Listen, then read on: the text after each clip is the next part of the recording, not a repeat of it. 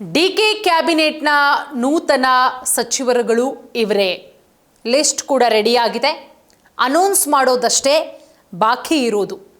So ಎರಡನೇ ಲಿಸ್ಟಲ್ಲಿ ಯಾರ್ದೆಲ್ಲ ಹೆಸರಿರುತ್ತೆ ಭಾಳ ಕ್ವಿಕ್ಕಾಗಿ ನೋಡ್ಕೊಂಡು ಹೋಗೋಣ.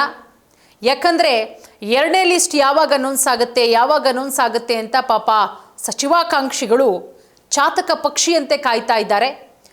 24 ತಿಂಗಳು ಅಷ್ಟೇ, ಅದರಲ್ಲಿ 1 ತಿಂಗಳು ಆಗೋಯ್ತು, ಇನ್ನು 23 ತಿಂಗಳಿದೆ.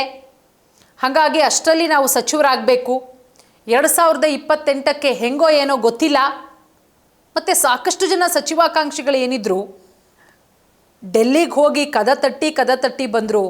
ಬೇರೆಯವರ ಮುಖಾಂತರ ಲಾಬಿ ಮಾಡಿಸುವಂತಹ ಪ್ರಯತ್ನ, ಪ್ರೊಟೆಸ್ಟ್ಗಳಾಗ್ತಾ ಇದೆ. ಇನ್ನೂ ಕೂಡ ನಮ್ಮ ಸಮುದಾಯದ ನಾಯಕನಿಗೆ ಕೊಡಬೇಕು, ಅವರನ್ನ ಕೈ ಬಿಟ್ಟಿದ್ದಾರೆ, ಮೊದಲನೇ ಲಿಸ್ಟಲ್ಲಿಲ್ಲ, ಅಯ್ಯೋ ಎರಡನೇ ಲಿಸ್ಟಲ್ಲಾದರೂ ಅವರ ಹೆಸರು ಇರಬೇಕು, ಹಾಗೆ ಹೀಗೆ ಅನ್ನುವ ಮಾತುಗಳು ಕೂಡ ಕೇಳಿಬರ್ತಾ ಇದೆ.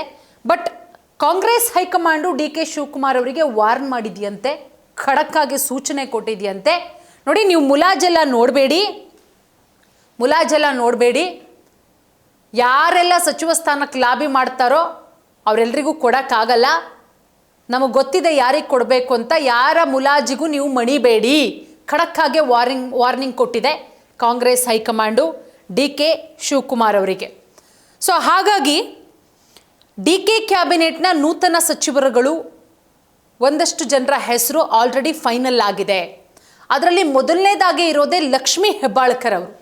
ಕಳೆದ ಬಾರಿ ಮಹಿಳಾ ಮತ್ತು ಮಕ್ಕಳ ಕಲ್ಯಾಣ ಸಚಿವರಾಗಿದ್ದರು ಲಕ್ಷ್ಮೀ ಹೆಬ್ಬಾಳ್ಕರ್ ಅವರು. ಒಳ್ಳೆ ಕೆಲಸ ಮಾಡಿದ್ದಾರೆ. ಅದಾದಮೇಲೆ ಲಾಸ್ಟಿಗೆ ಒಂದಷ್ಟು ಬೇರೆ ವಿಚಾರಗಳು ಕೇಳಿಬಂತ. ಅಷ್ಟ ಹಗರಣ ಆಗಿದೆ, ಇಷ್ಟ ಆಗಿದೆ, ಗೃಹಲಕ್ಷ್ಮಿಲಿ ಹಾಗೆ ಹೀಗೆ ಅಂತ ಅದೆಲ್ಲದಕ್ಕೂ ಕೂಡ ಕ್ಲಾರಿಫಿಕೇಶನ್ ಕೊಟ್ಟರು. ಇನ್ನು ಡಿ ಕೆ ಶಿವಕುಮಾರ್ ಅವರಿಗೆ ಲಕ್ಷ್ಮೀ ಹೆಬ್ಬಾಳ್ಕರ್ ಅವರು ಅತ್ಯಾಪ್ತಿಯಾಗಿದ್ದಾರೆ. ಡಿ ಕೆ ಶಿವಕುಮಾರ್ ಅವರನ್ನ ರಾಜಕೀಯ ಗುರು ಅಂತಲೂ ಕೂಡ ಕರೀತಾರೆ ಪ್ರತಿ ಬಾರಿಯೂ ಕೂಡ ಲಕ್ಷ್ಮೀ ಹೆಬ್ಬಾಳ್ಕರ್ ಅವರು. ಮೊದಲನೇ ಲಿಸ್ಟಲ್ಲಿ ಲಕ್ಷ್ಮೀ ಹೆಬ್ಬಾಳ್ಕರ್ ಅವರ ಹೆಸರಿರಲ್ಲ. ಸೊ ಯಾರೂ ಕೂಡ ಅನ್ಕಂಡೇ ಇರಲಿಲ್ಲ ಲಕ್ಷ್ಮೀ ಹೆಬ್ಬಾಳ್ಕರ್ ಅವರ ಹೆಸರಿರಲ್ಲ ಅಂತ ಹೇಳಿ. ಬಟ್ ಯಾವ ಮಹಿಳಾ ಮಣಿಯರಿಗೂ ಕೂಡ ಸಚಿವ ಸ್ಥಾನವನ್ನು ಕೊಡಲಿಲ್ಲ ಡಿ ಕೆ ಕ್ಯಾಬಿನೆಟ್ನಲ್ಲಿ ಮೊದಲ ಪಟ್ಟಿಯಲ್ಲಿ. ಸೊ ಹಾಗಾಗಿ ಎರಡನೇ ಪಟ್ಟಿಯಲ್ಲಿ ಮಹಿಳಾ ಕೋಟಾದ ಅಡಿಯಲ್ಲಿ ಸಾಕಷ್ಟು ಜನರ ಹೆಸರು ಕೇಳಿಬರ್ತಾ ಇದೆ. ಲಕ್ಷ್ಮೀ ಹೆಬ್ಬಾಳ್ಕರ್ ಅವರು, ನಯನ ಮೋಟಮ್ಮ ಅವರು, ಉಮಾಶ್ರೀ ಅವರು, ನಾನು ಇದ್ದೀನಿ ರೇಸಲ್ಲಿ, ನನಗೂ ಸಚಿವ ಸ್ಥಾನ ಬೇಕು ಅಂತ ಕೇಳ್ತಾ ಇದ್ದಾರೆ. ರೂಪಕಲಾ ಶಶಿಧರ್ ಅವರು, ಖನಿಜ ಫಾತಿಮಾ. ಇನ್ನೊಂದು ಮಾಹಿತಿ, ಖನಿಜ ಫಾತಿಮಾ ಅವರಿಗೆ ಸಚಿವ ಸ್ಥಾನ ಸಿಗುವ ಎಲ್ಲ ಸಾಧ್ಯತೆಗಳು ಕೂಡ ಇದೆ ಅನ್ನುವ ಮಾತುಗಳು. ಖನಿಜ ಫಾತಿಮಾ. ಸೊ ಖನಿಜ ಫಾತಿಮಾ ಅವ್ರಿಗೂ ಕೂಡ ಸಚಿವ ಸ್ಥಾನ ಸಿಗ್ಬೋದು. ಯಾಕಂದರೆ ಮಲ್ಲಿಕಾರ್ಜುನ ಖರ್ಗೆ ಅವರಿಗೆ ಅತ್ಯಾಪ್ತಿ ಆಗಿದ್ದಾರೆ. 2018ರಿಂದಲೂ ಕೂಡ ಖನಿಜ ಫಾತಿಮಾ ಅವರು ಲಾಬಿ ಮಾಡ್ಕೊಂಡು ಬರ್ತಾ ಇದ್ರು. ಸೊ ಖನಿಜ ಫಾತಿಮಾ ಅವರ ಹೆಸರು ಕೂಡ ಇದೆ. ಸೊ ನೋಡೋಣ. ಅದಾದಮೇಲೆ ತನ್ವೀರ್ ಸೇಠ್, ಮುಸ್ಲಿಂ ಕೋಟಾದ ಅಡಿಯಲ್ಲಿ ಮೈಸೂರಿನ ತನ್ವೀರ್ ಸೇಠ್ ಅವರ ಹೆಸರು ಕೂಡ ಕೇಳಿಬರ್ತಾ ಇದೆ.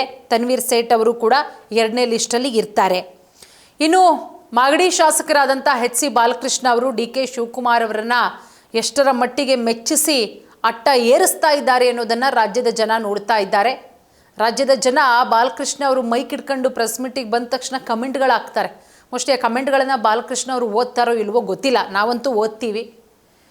ಬಟ್ ಅವರು ಅಷ್ಟೆಲ್ಲ ಮಾತಾಡಿರೋದಕ್ಕೆ ಡಿ ಕೆ ಶಿವಕುಮಾರ್ ಅವರ ಪರ ಕುಮಾರಸ್ವಾಮಿ ಅವರನ್ನು ವಿರೋಧ ಕಟ್ಕೊಂಡು ಕುಮಾರಸ್ವಾಮಿ ಅವರಿಗೆ ಪದೇ ವಾಗ್ದಾಳಿ ನಡೆಸ್ಕೊಂಡು ಮಾತಾಡ್ತಿರೋದನ್ನು ನೋಡಿದ್ರೆ ಪಾಪ ಬಾಲಕೃಷ್ಣ ಅವರಿಗೆ ಮಿನಿಸ್ಟ್ರು ಪೋಸ್ಟ್ರು ಕೊಡಲೇಬೇಕು.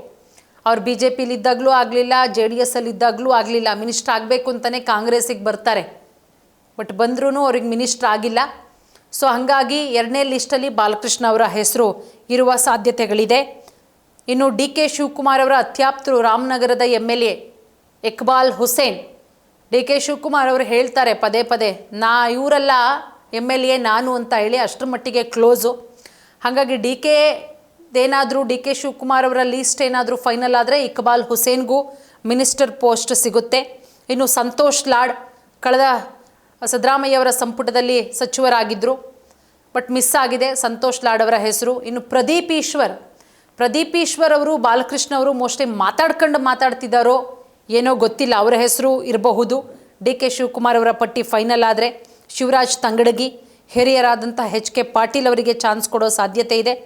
ಆರೋಗ್ಯ ಸಚಿವರಾಗಿದ್ದಂತಹ ದಿನೇಶ್ ಗುಂಡೂರಾವ್ ಕಳೆದ ಸಿದ್ದರಾಮಯ್ಯವರ ಸಂಪುಟದಲ್ಲಿ ಸೊ ದಿನೇಶ್ ಗುಂಡೂರಾವ್ ಅವ್ರಿಗೂ ಕೂಡ 2ನೇ ಪಟ್ಟಿಯಲ್ಲಿ ಅವರ ಹೆಸರಿರುವ ಸಾಧ್ಯತೆಗಳಿದೆ. ಎನ್ ಎ ಹ್ಯಾರಿಸ್ ಅವ್ರನ್ನೂ ಕೂಡ ಮಿನಿಸ್ಟ್ರು ಮಾಡ್ತಾರೆ. ಡಿ ಕೆ ಶಿವಕುಮಾರ್ ಅವರಿಗೆ ಅತ್ಯಾಪ್ತರು BDAಯಲ್ಲಿ ಒಳ್ಳೆ ಪೋಸ್ಟ್ ಕೊಡಿಸಿದ್ರು ಕಳೆದ ಬಾರಿ. ಸೊ ಹಾಗಾಗಿ ಅದೇ ಕಂಟಿನ್ಯೂ ಆಗುತ್ತಾ ಅಥವಾ ಮಿನಿಸ್ಟ್ರು ಮಾಡ್ತಾರಾ?